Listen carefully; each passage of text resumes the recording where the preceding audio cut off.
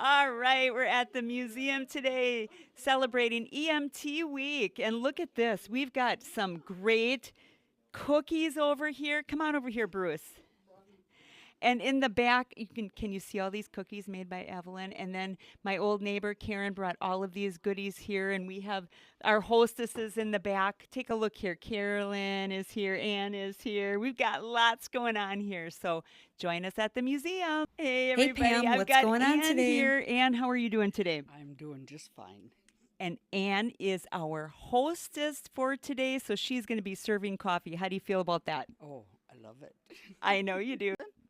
And Michelle is actually are you on the board now, aren't you? Yes, Okay. I'm the treasurer. Hey Pam, what's going on today? Not much. can, can you hear me? Test 1 2, test 1 2. Now it's on? Okay, now we're testing. Now we're doing some official testing. 1 2 3 1 2 3. Yeah, look at the pictures. Old pictures from the 80s. Really old pictures. Okay. I started out in, believe it was 69, 70, 71. I don't know. A while ago anyway. And became a call station, then ended up going on to being an EMT, and then went on to teaching. So involved in the rescue squad for a number of years. Seen a lot of wonderful people. I joined in 1984. What's your name? Jan Traversa. We moved to Wisconsin from Illinois in 83, and I took my EMT training when we lived in Fall River. So my husband said we were moving up here, and I said, you have to find a place that has a rescue squad. That's how we ended up here, and they made us feel very welcome. No, it's the other one. Dennis Majewski. I joined the squad when I was still in high school. I was 18 years old, and I got my EMT license when I was 19, in 1974, and I stayed on the squad for 20 years. So I've got a whole long story of why I joined the squad, but I won't share it now because it's way too long. But I told them that I would stay on the squad as long as I didn't get paid. It was a volunteer squad. When they started paying me, when the paramedics came in, I think I went for a couple more months, and I says, okay, I'm done. So it was about 1992, 1993 that I had ended it. Hi, my name is Patty Brusky, Karch formerly. Shirley was one of the call centers calling me at the time. I also joined when I was 18 and became an EMT, I think when I was 18 to 19 in that span. I was only on the squad for maybe 3 years because then I went on to LPN school and ended up getting a job and moving to Green Bay. But it was a very rewarding experience. I would recommend everybody helping in some way when you can.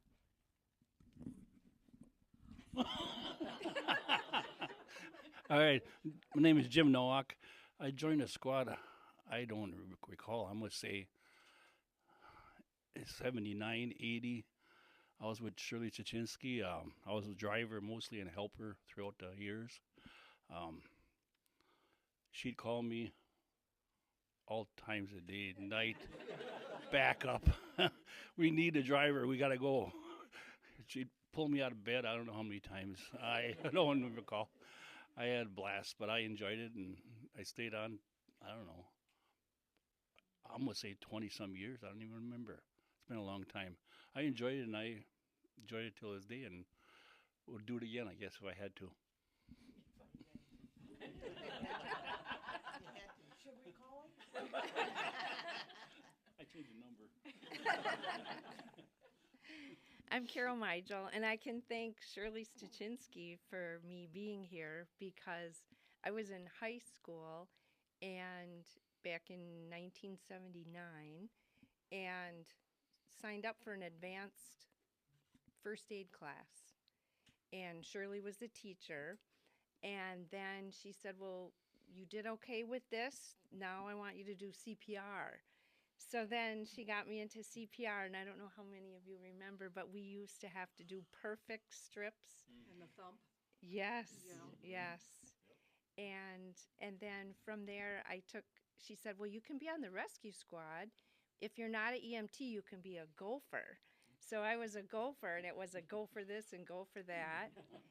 And so then I went on to nursing school at Marion College and then came back to join the squad. And I was working nights as a nurse and then taking EMT class during like the evening just before I'd go to work. So I'd go to EMT class and then go to work. Then I was on the squad probably till 1994 when I had my first son. And at that time, I think we were paying babysitters like $2 an hour. And for being on the squad, you would get paid $1 an hour. So it Or just $5 a call. and it just kind of didn't add up. But I had wonderful, wonderful experiences and met so many wonderful people. And every time I see Jim, reminds me of the time when I tried backing the rescue squad up. And Donnie Trojan said, no, you won't be driving this rescue. So then I was on calls with Jim because Jim would be there as the driver, and then I was always in the back. I mean, I don't know how much you want. I mean, I can go on for a long time. To go on with some of the questions. So, but it was just a wonderful experience, and I met the most wonderful people. So, I'm Barbara Volker. I've been on the squad since, I think, 1986, as I started a first responder class. And I was a first responder for Lesser Township. And I remember taking driving courses for the rescue squad also. And I couldn't back up that thing for nothing. And I rode over the cones, and my fellow EMTs went out and did CPR on the cones. Right? So I didn't like driving. Oh, There you go. you were short but sweet. Well, I'm not a public speaker. I'll make up for it then. I'm Linda Hermanichek. I joined the rescue squad back in 1986, 87. Barb was in my first responder class. The reason I blame my son for the reason that I joined the rescue squad, he was 5 and was having seizures. We ended up calling the rescue squad. At that point, I remember Tom Boker came out with the squad that time, and Pat Wade first responded to our house. She was just one road over. And I was doing what came naturally for me, and taking care of him. And afterwards, I decided, because of the length that we were out in the country, that I needed to learn CPR, because they always look like they stop breathing when they do have seizures. So I contacted Pat Wade and asked her, where can I go to learn CPR? And she says, boy, have I got a deal for you. She was very impressed how I handled the whole situation with my son. So she convinced me to take a first responder class, because at that time, Carver Boat was covering the class as long as I would join the rescue squad at the end of the class. Well, that led to one thing to another. So I was on Tri-County Rescue from late 86, 87 until 2002, when it all dissolved at that point and converted to NEW. That was around the time that we moved to Hobart, and we at that point had made connections with County Rescue. Just by intercepting with Tri-County Rescue, we knew half of them. Larry Ulmer gave us a call and said, hey, we need first responders in Hobart. So that's where we ended up working for the rest of our career with County Rescue, as we were EMTIs by the end of the whole situation. We retired 3 years ago from EMTs. I put in 37 years, and then I had a partner that put in 35 years. Ron Hermanichek, and I joined back in 1989. And the reason I joined wasn't so much because of her, because She went on a few calls that were really bad. I know one was a suicide once. She actually went and started CPR and a couple people by herself as a first responder, and she was just about ready to quit. And because it's a big stress, it really is. So I told her I would go to first responder school with her, and then I could actually go on calls with her at night at least, so she wouldn't have to go by herself on these calls. And I just got sucked up into the whole thing. So, and I really enjoyed it. So, and so the same thing here. So went on to 2002 when we moved to Hobart, and at that time we still were pulling some time at Tri-County Rescue, and that's kind of a unique situation because with us being married, we could use the same bedroom. So anyway, yeah. So when we didn't pull enough time, then we actually that kind of dissolved us from Tri-County Rescue, and that's shortly after that they dissolved anyway, and that's a whole political thing that we probably won't get into. All right. So when I was on, to 2002 then. Can I interject something? Yeah. Our kids were quite surprised when he wanted to be on the rescue squad and respond to calls, because whenever our kids got injured at home, he would yell up a storm and scold them like crazy. And they said, "Dad, you're going to run up to a car accident and say, 'You dumbass, why did you do that?'" People here that have connections, strong connections to the squad, if you would just get them to Hi, everyone. First, I'd like to say thanks to my friend Colleen Walgorski for telling me about this event. And second, Pam, thank you for the invite. I'm here to represent my parents, Jim and Helen Zajac, who were charter members of Tri-County Rescue. And I'm just going to tell a few tidbits. They were very dedicated to the organization. My mother was call station number 3, which she didn't care for the number because sometimes she had trouble pronouncing the number or THs. And she just always hoped she wouldn't say rescue tree. So, which I never heard her say rescue 3. So Dad became an EMT. Mom strictly was a dispatcher call station. There were 4 that I recall. I believe call station 1 was the Smaravas, Art and Bernice. I believe call station 2 could have been Don and Teresa Bryson or the Kohlers. Mom and Dad were 3, and then 4 was Shirley Stachinsky. And you were? They all were at different times. Yes, this is in the beginning, from my recollection. And then just to interject, this is before 911. Right. Yeah. Right. So I just remember if Dad at times would go on rescue calls and Mom would take the call. She had her plat maps. She would listen to the directions the caller would give her, ask for what the situation was. And believe it or not, she always remained cool and calm.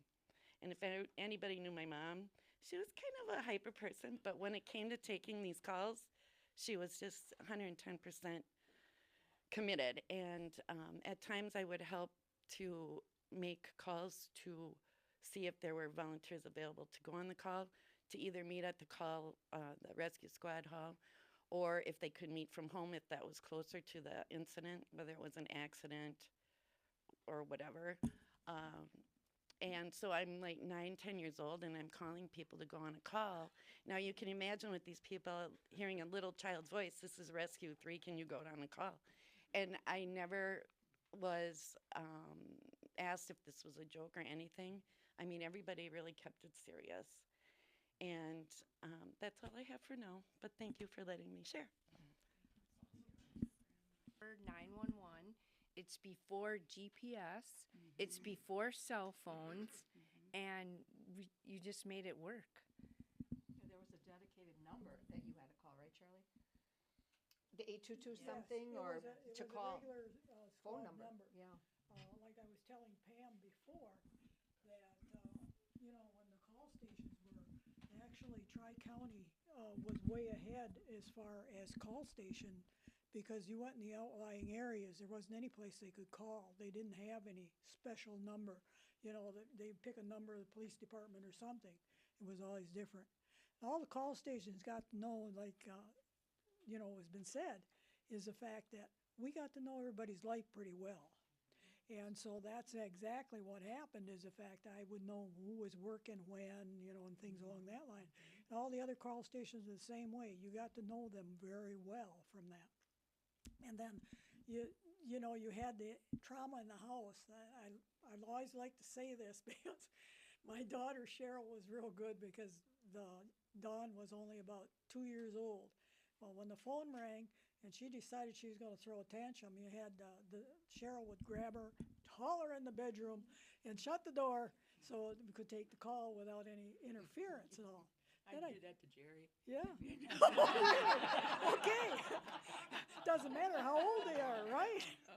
So that is something that, I think when the change went over to 911, being on the 911 user board and listen, and that actually came out of one of the police officers' sons that died because nobody knew who to call. So that's why 911 actually got started in Brown County. Good to know. Would anyone like to share, they remember their very first call and what they felt like?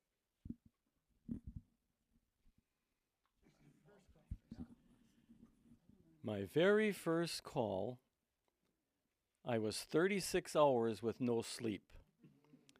I had gone to with a friend to take his mother to Michigan, and I told him as long as you would take me for my cousin's wedding, I would go along with him. So we went, took his mother, we went to the wedding, and then we came back. And I came home, and there was an accident right on where the roundabout is now, right on that corner on 32.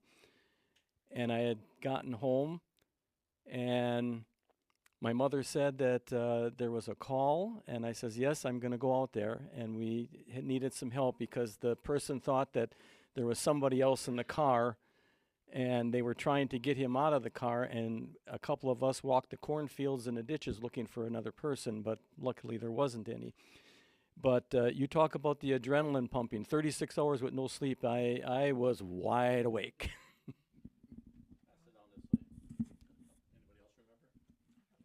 Well, all I remember is it was a medical call, and I was with Angie Borowski. And of course, I'm just a kid in my early 20s.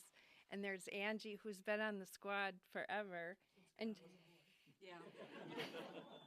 And- She was awesome, though. Oh, and she she- was awesome. And she was just telling the patient, oh, here's Carol. She's a nurse. She's going to take real good care of you. Well, here you are, a brand new nurse is a lot different than a seasoned EMT. But bless her heart, she was bragging for me. Yeah, she was awesome. Doesn't know that either. They don't know Okay. this brand new. My first call was like an easy in because Pat and Jim Wade picked me up to go to this call. That was like a week after I got out of first responder class. And it was for an older gentleman, and he was having difficulty breathing. And we walk in, I think an officer walked in, and you look around, what the hell are all these people doing here? And I just felt kind of inadequate. But then the very first call that I did go on by myself was on New Year's Day morning, like at 6:30 in the morning after we had been out till about 2 o'clock. And anyway, it was for a gentleman that was down, pulseless, not breathing. I started CPR. Back then you did mouth to mouth. I could not get a chest rise to save my soul. I'm asking the wife, what kind of medical issues? He has no issues. He has no issues at all. No medical history at all. All right, we get the gentleman, I get help, get him in the squad, get to the hospital, and come to find out the gentleman only had one lung. Unfortunately, he did not make it, but that was the reason I couldn't get a chest right. There again. So. There you go. I was actually I was at the station pulling duty, and it was during the day sometime. They were parachuting out at the airport, and somebody mislanded and broke their ankle. So that was kind of my first call that from the station when I went right out there and took care of that patient and brought him to the hospital. So, yeah, so Some, like you said, adrenaline just runs because you don't know what you're going to be running into. And just because they announce a call over 911 or whoever it came from, doesn't mean that's what it is like at the scene. Right. It can change 180 degrees so fast. So, yeah. And that's what I learned too. Just when you come across a car accident and there's pieces everywhere, doesn't mean that, oh, this is just terrible, because it's amazing what people can come out of, even how bad those cars look.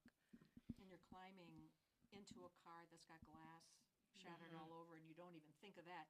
You're there for the person, but you don't think of what you have to go through to get to them. And we didn't wear gloves back then. No, either. no gloves. No. And that's how I got started too, is I remember Shirley telling me, you know, that you want to be productive and you want to do something. And I said, I never wanted to be someone that was just running around frantically. I wanted to be able to help. And she said, oh, yeah, we call that the uh-oh squad. And I said, what do you mean the uh-oh squad? She says, well, you show up and you say, uh-oh.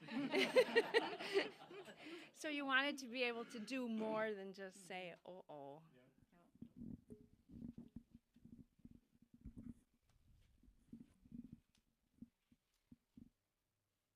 Was there a moment when you knew you were exactly where you were meant to be?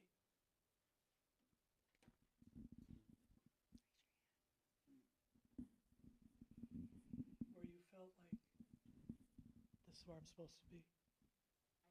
It's kind of crazy, but I was on a call with Ed Kraus and Jack Olszewski. Okay, so that's a long time ago. And I don't know if you knew where I lived. I lived by the park. And so when a call came, I would run because it was a short little block. So I run there, and it was night because it was a car accident out on 29 somewhere. And as I ran and came off the sidewalk onto the grass, I twisted my ankle. But, you know, we went out to the call, and Seymour's squad was already there. So we ended up not having to do anything, not take any patients in. So these two guys insisted they're taking me in to have my ankle looked at. And it was just a bad sprain. But, you know, and Ed calls the next day saying something about a warm roll in bed with honey. I don't know. But it just, yes. And, I mean, to be with these guys that were just awesome, that they actually cared. I mean, I didn't want to go. It was just a sprained ankle. That's fine. I'll go home and, you know, ace it up. But to be amongst these guys that truly cared for you as you care for others, it was just, I don't know, it touched me, really, that I remember this incident, really, a lot. There was one call that I guess you could say God works in mysterious ways and he puts you where you need to be. And it was in the winter. Wind chill was 50 below zero.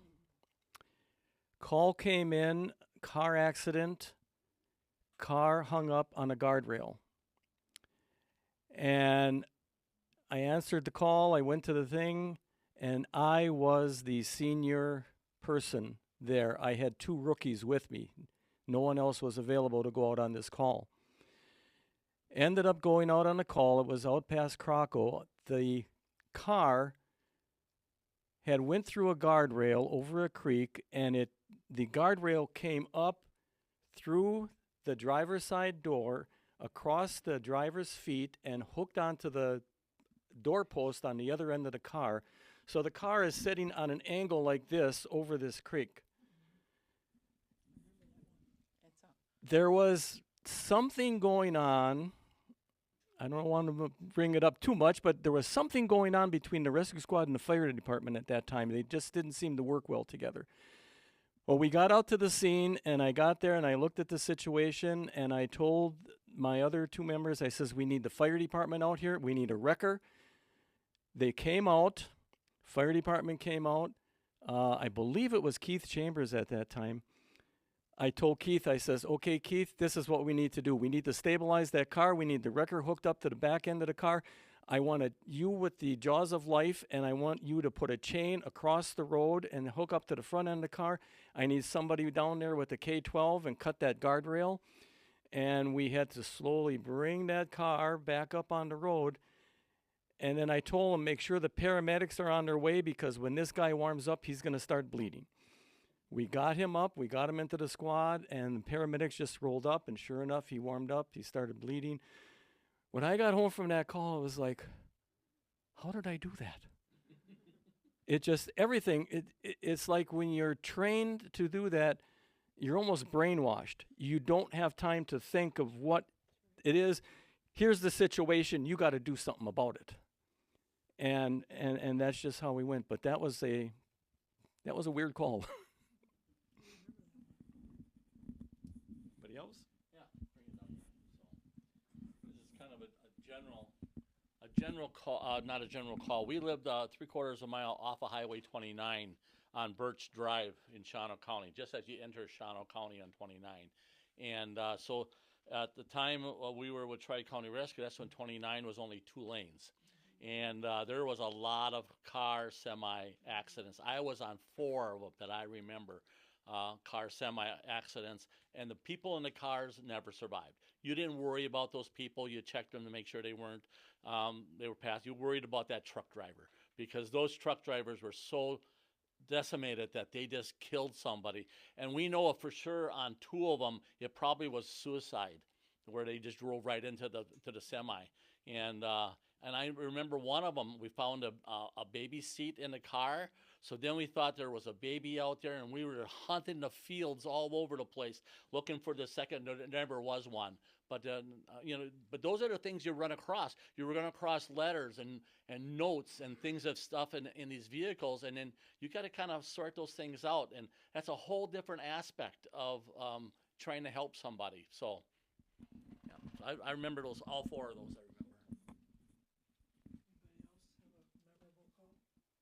I don't remember the call, but I think one of the things Angie Brusty was the best with is you'd have somebody that was from Polish nationality, and you go out on a call, and she would all of a sudden, she'd be around the lady, and they'd start talking Polish. Well, you just could see that anxiety just disappear, because they knew that somebody was there that could talk to them and so on.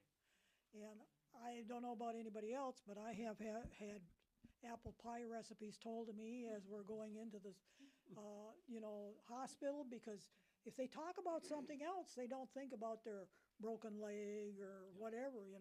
And I think that's one of the things. Doesn't matter, we can have the horrendous things, but it's the little things that a lot of times make the difference. Because let's say you go to the doctor, they don't look at you or something, you think, well, why should I be here? And I think that's the thing with the volunteer rescue squad. We had something that was special because everybody cared so much about the people on the squad. I love Angie when we had to cut people's clothes off, and it's like, please don't cut my new jeans. Bring them over afterwards. I'll fix them for you. She goes, I'll cut them in the seams, so it'll be okay. We'll cut them in the seams, and everything will be okay.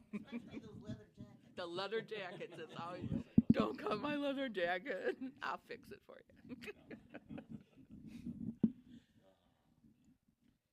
I'm just going to say a couple words about that, because you went into something that I'm familiar with.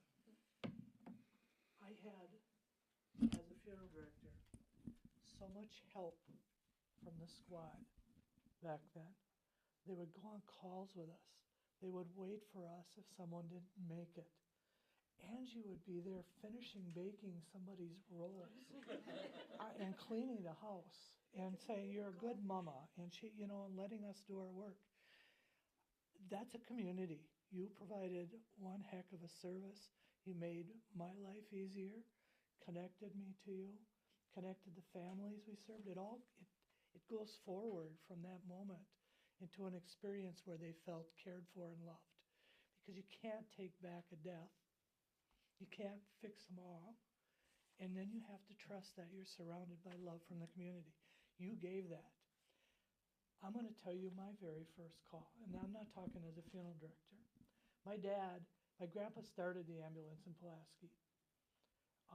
And then my dad took it until he got busy, and then he went, and my mom couldn't handle the calls anymore, and he was getting busier.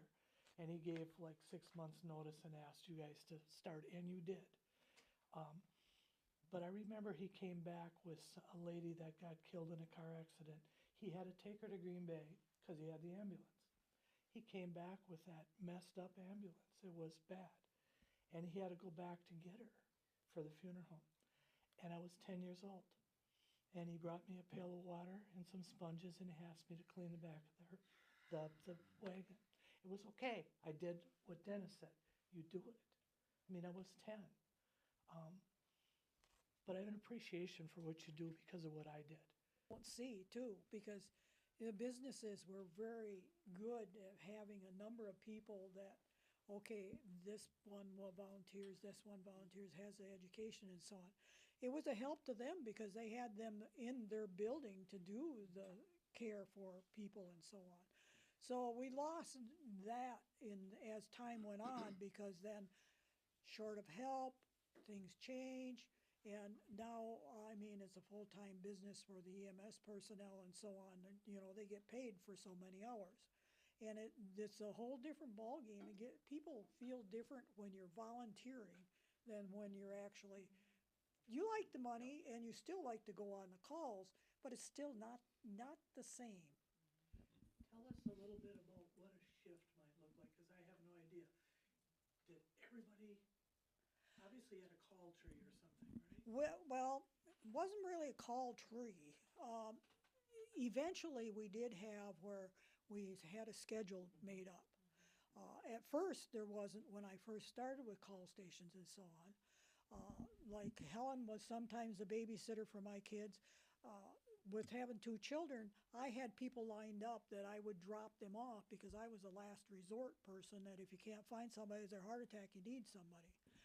But most of the time that people were called out, then they started, when the new building was built and so on, then we started having people at the building that took the shift and stayed at the building.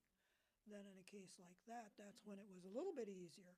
But before that, with the call stations, all of us call stations knew everybody's where you would probably be. You work from certain hours, and so a shift would be probably whenever you were called out until we had the squad building, and then they were actually assigned. So back then, did you get buzzed on the radio, paged? Telephone.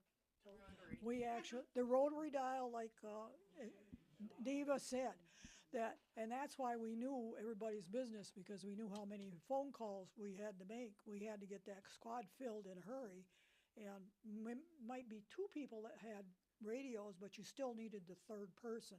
So you had to find that one for that call station. You were in charge of getting everybody on that squad and out the door. I think probably about, most of the time we were out of the building by 10 minutes. Yeah. 10 minutes.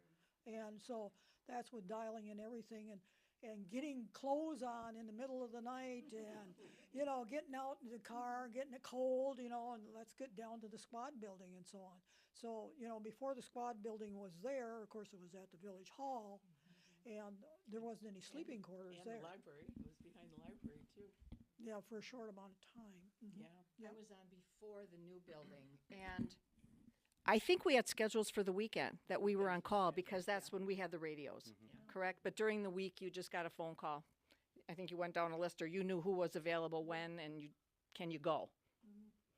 That's pretty much it. Yeah, weekends we had the radios. And the thing of it is, the reason that I even started as a call station, Jim Zabiak come over and said, we kind of need a call station, would you be interested in doing weekends? Well, my husband was a truck driver and over the road, so I was home with the kids, so, I was a perfect candidate for being a call station. And so that's how I come to be a call station. So it was Jim Zabiak that got me into that. I'd like to add on about the schedule. So, this is in the beginning, in the late 60s, early 70s, and we have these call stations. So, from what I recall, is that my mother would have every 3rd weekend. So that meant Friday when she left Pulaski Hardware and getting her hair done every Friday at Cut and Curl. So you get home at Friday at 6 p.m. and that she was on call from Friday at 6 p.m. until probably Monday morning when she would go back to work at Pips. And you would cover for her when we had to go to church for that hour and a half. So the call stations really backed each other up very well. And I remember I lived out in the country, but they really needed the help in the village. So I would come to sleep during the day or even sometime at night. And I just wanted to say hats off to my aunt and uncle, Uncle Eddie and Aunt Catherine Vinchikuski, because they would let me stay at their house. So when we were on, and then we were first responders, so as first responders, we were always available. If we weren't doing something, I wasn't out making hay or doing something on the farm, that was critical, we went on a call. So we would just drop, or she would go, or something like that. So we just made ourselves available more often than not. I can tell we were already later, we were in our 30s already when we joined the rescue squad and did all this training. So we had all our party days behind us. So it didn't bother us that we didn't have to have that drink or something like that. Because if you drank at all, you shouldn't go on that call. You should stay away just because of that. Even if it was only one drink even, we wouldn't go on that call at all. You had to be completely sober to go on those calls. So, and then they had a schedule after a while when we were on, when they had a schedule at the rescue squad. So we would come in either individually or as a couple, and we would actually sleep at the rescue squad and be on duty for overnight or something like that. So our kids began to resent those stupid radios because they would go off, and there were times that events we had planned would get put on the back burner or would get canceled, that sort of thing. But we tried to teach them it was community service and you give to others before yourself. And just in importance to the community, I remember being in the 3rd grade. Audrey, I don't know if you remember this or not. Audrey and I went to Assumption, and I remember sirens, and I remember Mrs. Runo. I was in the 3rd grade, and she said, "Let's please pray for this person that needs the emergency assistance." Yeah, so talk about community service, and that's maybe where it all started to, instill in my heart that you need to give back.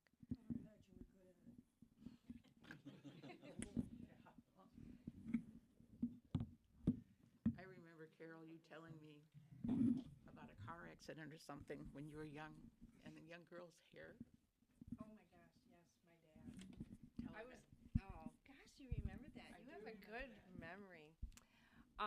My dad, Louis Lossick, was an auto mechanic, and his brother, Tony Lossick, was a record driver for Rosencraft.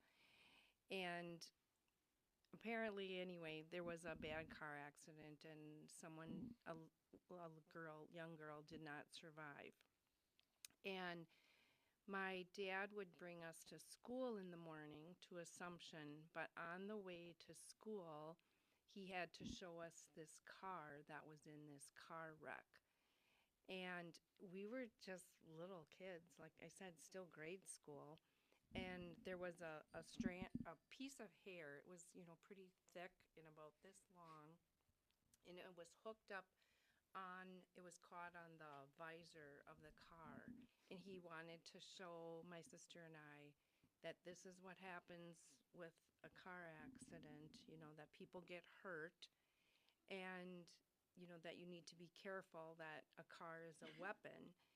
And I was just a little kid, and I still remember this brunette colored hair strand that he showed us. And, I'm sure I was maybe traumatized at the time. I don't think it was traumatized as much as a learning experience, but I still remember that. And I just remember thinking I would have wanted to help that person in that car. And he was not afraid to show us that, it was, and I value that he was realistic and not trying to protect me from what's out there. Well, since you brought up assumption, I do have to say something. So you were in third grade. Well, I have a second grade story. It was around noon time, and I'm in Sister Eileen's class, and I hear the sirens, and I said to my friends, I said, oh, my dad might be going on a rescue squad call. He wasn't. He was the call. He had inhaled anhydrous ammonia at the white elevator where he was working. But he lived to be 90. Can't keep a good man down. You can't keep a good man down. I know I ask questions. My question to you is, do you have anything you want to say in addition to what you were asked? Was there something you came here that you wanted to say or know that we don't?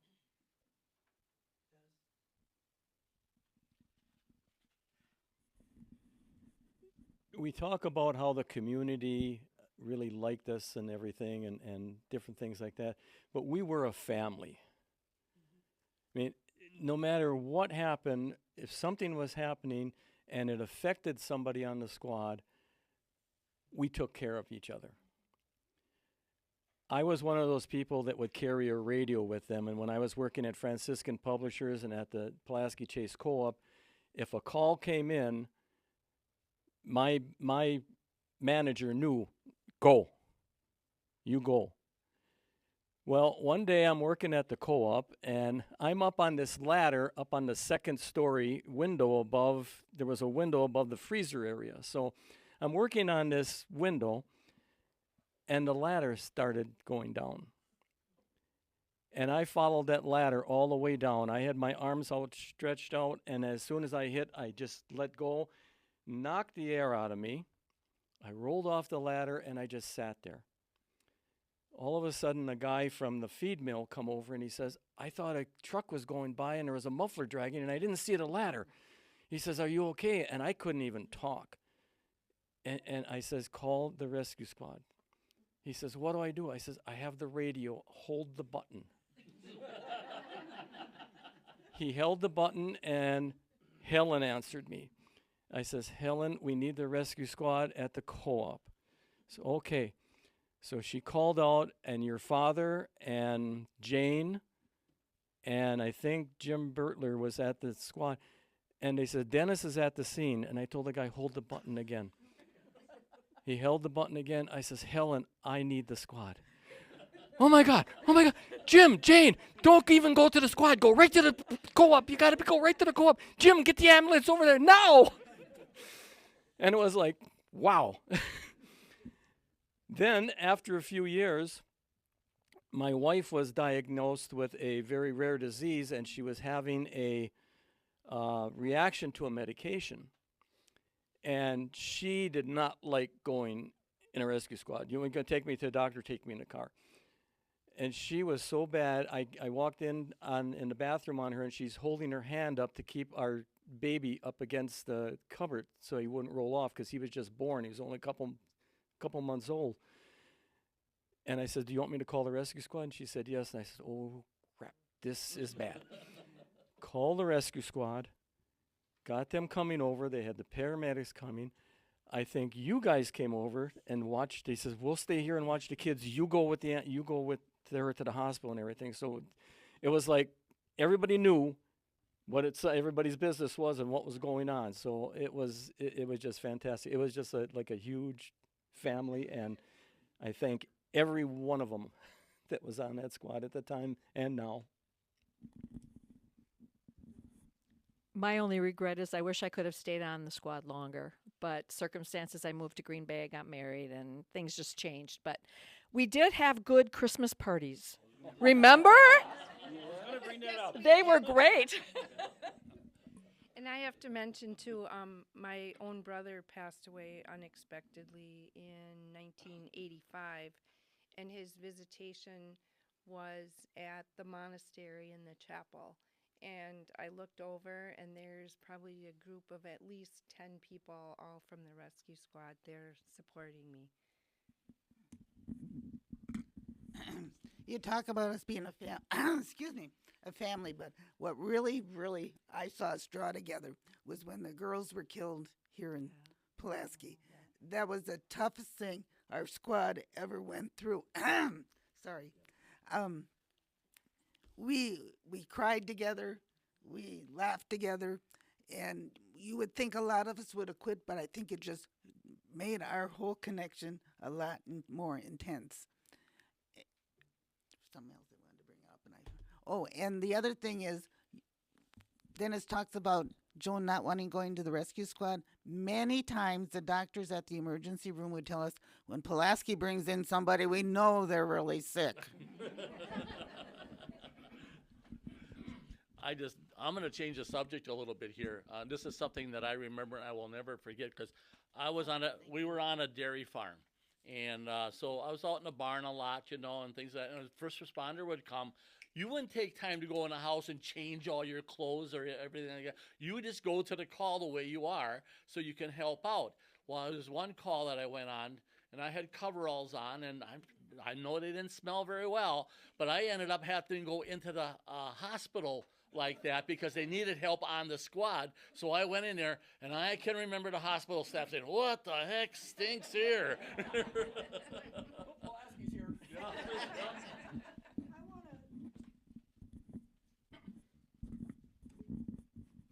There's one call that was hard on the whole squad. In fact, we lost some members because of it. On 29, it was Christmas Eve. There was a whole family and an elderly couple, and it happened to turn rainy and slippery and so on. And it would be over at the end of St. Augustine Street and 29. And that night, all of us were in there, both squads and so on. But every time we tried to do something, something else seemed to just block it off where the patient, we had a lot of trouble. Green Bay Fire couldn't get out. County Rescue got out to us, but late because of the fact of the ice. Green Bay Fire, we had our two squads there, and the one car had a family in it. The gentleman was killed instantly. We reached in to unhook the seat belt on the child that was sitting in the front seat, and he went pulseless, non-breathing. We moved that child into the squad, and they were working that one. The next one we did, we went in the back seat. There was a mother sitting there with a blanket on her lap. We took the blanket off, and here was a baby in the blanket. And again, we worked that one too. Then the next thing we found that mother also was having problems. So between that and that, then we had the older ones, and the only way we couldn't walk around that night. We had ice on the road. We were crawling around on our hands and knees to get from one area to the other. And so again, we had both of them passed away. They actually beat themselves to, injured each other that way too. They had seat belts on, but again, we never knew whether it was Christmas Eve or what it was. We could end up having a call like that. That night, our phones were busy between everybody talking to one another and so on and so forth. Again, the squad helped each other out in that evening. But I think that's the worst call. Every time we'd hear a call on 29, oh, Bloody 29, it had its name.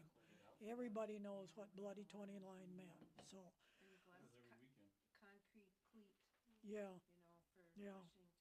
So, but that's the one that I think that really took the toll on the squad. We lost members because of it, of having young ones in there. And that would be hard on the families that had young ones. They go home to their little ones and just cuddle them and care for them. So. I am going to thank you very much. And I'm also going to read something that Shirley brought in. It's kind of emotional, but I think you should hear it. Do you want me to talk in that? Okay. It's anonymous for the author, and it says, I wish you could. I wish you could comprehend a wife's horror at 3 a.m. as I check her husband of 40 years for a pulse and find none. I start CPR anyway, knowing it's too late, but wanting his family to know everything possible was done. I wish you could read my mind as I respond to an EMS call. What's wrong with the patient? Is it minor or life-threatening? Is the caller really in distress, or is he waiting with a 2x4 or a gun? I wish you could be in the emergency room as the doctor pronounces the beautiful 5-year-old girl dead that I've been trying to save for the last 25 minutes. She will never go on her first date or tell her mommy she loves her again. I wish you could know the frustration I feel in the cab of the engine, squad, or my personal vehicle. The driver pressing down hard on the pedal as you fail to yield the right-of-way at an intersection or in traffic. But when you need us, your first comment upon arrival will be, "It took you forever to get here." I wish you could know my thoughts as I help extricate a teenager from the remains of her vehicle. What if this was my sister, daughter, girlfriend? What will her parents' reaction be when they open the door to find a police officer with his hat in his hand? I wish you could know how it feels dispatching officers, firemen, and EMTs out, and when we call for them, our heart drops when no one answers back. I wish you could hear the bone-chilling 911 call of a child or wife needing assistance. I wish you could feel the hurt as people verbally and sometimes physically abuse us and belittle what we do. I wish you could realize the physical, emotional, and mental strain of missed meals, lost sleep, foregone social activities, in addition to all the tragedies my eyes have seen. I wish you could know the brotherhood and self-satisfaction of helping save a life, or being there in time of crisis, creating order from total chaos. I wish you could understand what it feels like to have a little boy tugging at your arm and asking, "Is mommy okay?" And being unable to look down into his eyes without tears in your own. What do you say? I wish you could see us holding back a grown man as his longtime friend is taken away in an ambulance. He didn't have a seatbelt on. Unless you've lived this kind of life, you will never truly understand or appreciate who I am, we are, or what our job really means to us. I wish you could, though. Thank you for all of it. Any other thoughts? See if anybody else wants to say anything. Bruce? Okay, I'm Bruce Pulaski. I never was on the rescue squad, but my parents were. That's how I got to know a lot of you guys. Was on the fire department for 23 years. Got to see a lot of things that weren't pretty, obviously. But I just remember the call station at the house when mom and dad had it. I remember opening the garage door, backing out the car so dad could get out while he's combing his hair. I said, "Dad, nobody cares about your hair. You got to go on a call." So yeah, a lot of good stories. Some not so good. My brother was on a rescue squad for quite a few years, and then joined the fire department. So as we were on the fire department with the Jaws, we got to know the people on the rescue squad. We'd hear the rescue squad get paged. There would be 15 guys at the fire station ready to go because we knew you're gonna call the Jaws. So just a big family. It was a big family with rescue squad, also with the fire department to get to know a lot of people. I remember taking Brian and my dad on a couple of calls, and we had a Ford Pinto at the time, and somebody had fell at the North Shore building when they were building it. And Brian said, "Come on, we got to go." I said, "Well, I got it to the floor. We're doing 30. I said, this is the best we're going to do." But yeah, again, thanks to the Tri-County Rescue people that started it here and before. A lot of dedication there. I like when your mom was dispatching one day and she says it's on County X, like zebra. Yeah.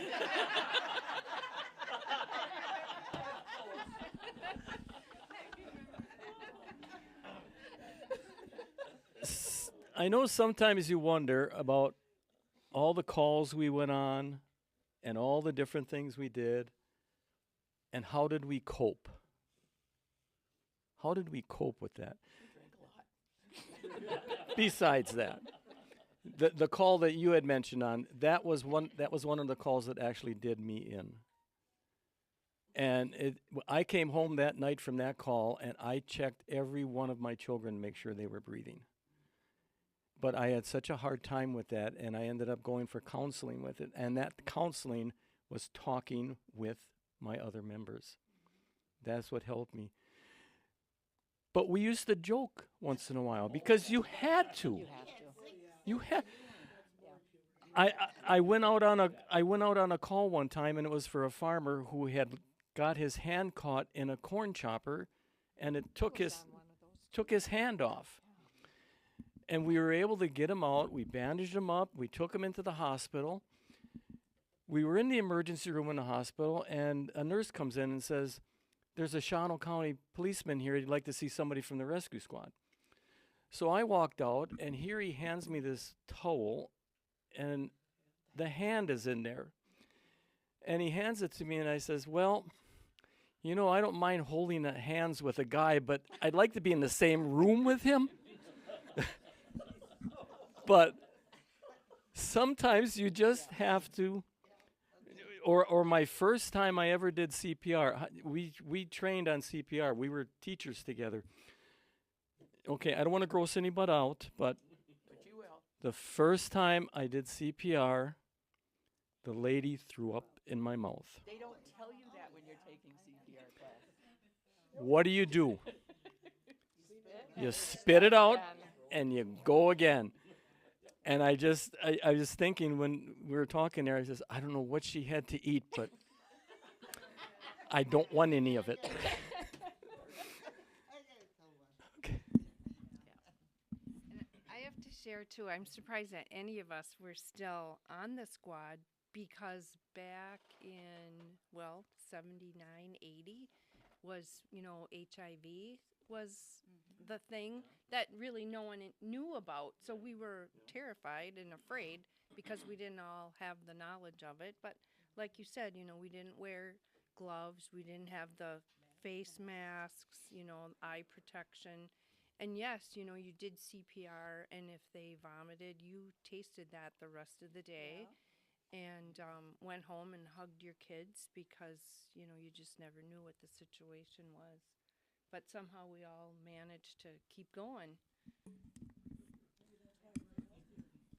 Well, Dennis reminded me of one with what did you eat? This was a call that we went on as a team with County Rescue after Tri-County Rescue, and we picked up a young man, probably 17, I don't know, late teens, at his parents' house, passed out basically, but he was breathing. His friends had dumped him off on the porch after a night out. So, there was partying going on. So we went and picked him up, had him on a longboard because we didn't know where he had been or whatever. And we always took turns driving. It was only a 2-person crew with County Rescue. And it was my turn to drive, so he was in the back with the 17-year-old. And so he's doing his thing, and all of a sudden the kids started to gag. And so Ron flipped him on the board. He puked. He's yelling at me to stop. I'm stopping it, stopping. He puked all over, and all of a sudden Ron goes, "What did you eat?" And I'm sitting up front laughing. Well, it ended up we had a window well, a step well, a side door. We had to hose that squad out afterwards. We hose squads a lot. Yeah, But it was airway first. Airway first is like, but it's going, what did you eat? But the other thing, Ron likes to keep track of our records, basically, and CPR, and how rewarding it has been. I'm going to let him explain that. Since Linda and I have been in EMS, I kept track of every single call that we went on. I got 3 books full, and it's got to be like 3,000 calls plus between us. And in our time, her 37 years and my 35 years, documented that we know of, we got 13 saves. And a save is real hard to come by the American Heart Association standards, because you got to get somebody back, okay, and you get them to the hospital, and they get fixed in the hospital, and they actually have to leave the hospital 100% mind intact in order to count it as a save. So we got a lot more people to the hospital that was alive, after CPR and stuff, but they never made it out of the hospital. You can't count those. So, but what I know of from records, that we have 13 that we know of between the two of us, and that's such a good feeling for us that we could help that many people to live a little longer life, than what they had. So, yeah. I guess I got one story on a save, and it was I don't remember his name now, but he was known as the town drunk. You're right. I'm not saying a name, but this was way back when we still had the cue ball, and we got a squad call, man choking at the cue ball. So we go in there, and there he is, choking. Can't breathe. Tried the Heimlich maneuver on him. Couldn't get it out. He passed out. Again, I was the youngest one on the squad, and I told the people, my helpers on the squad, I says, go get the McGill's forceps and the laryngoscope. Went in, I got the laryngoscope, I went down with the McGill's forceps, and I pull out this big chunk of meat. Takes a big breath, and he called me every name under the sun. And I says, that is the best thing I've heard all day. He made it.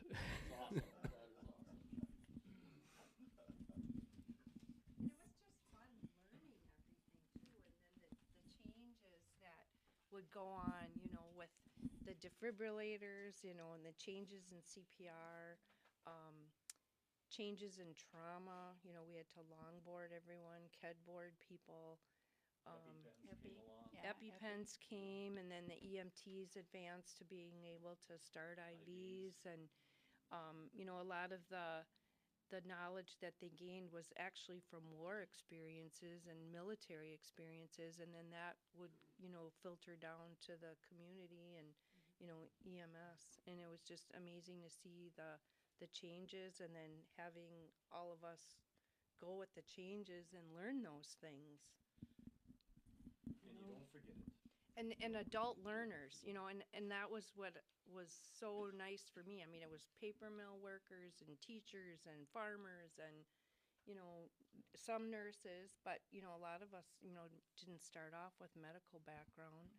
And I wouldn't be the person I am if it wasn't for a lot of these people here. Surely for you, for starters, just starting out with advanced first aid and then CPR, and then taking all kinds of nursing classes and trauma classes. And when I was asked to be on Eagle 3, or we applied to be on Eagle 3, which is a flight program in Green Bay, I thought, well, it's just a glorified ambulance. And so we just went with it. And, so I was one of the first flight nurses. And so I feel part of history there, too. And it was all because of being on the rescue squad. So thank you for everything you did. Everything you do is very special and meaningful, and thank you. Thank you for the good life. Thank you for all the good times. Allah, it's all because of you.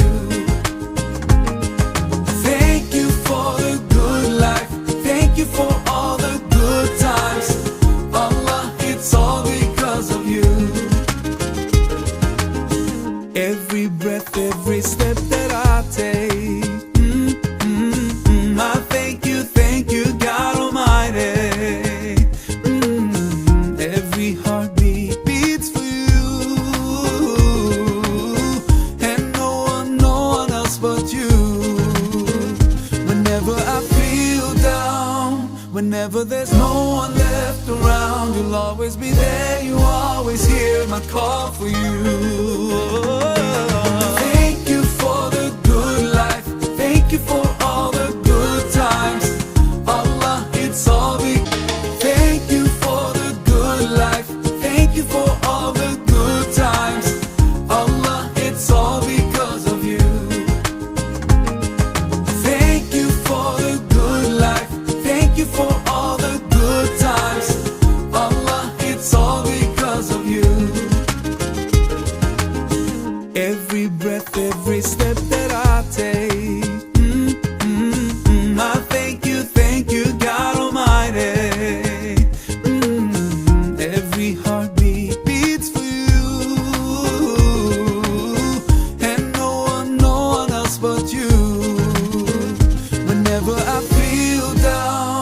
Whenever there's no one left around, you'll always be there. You always hear my call for you. Thank you for the good life. Thank you for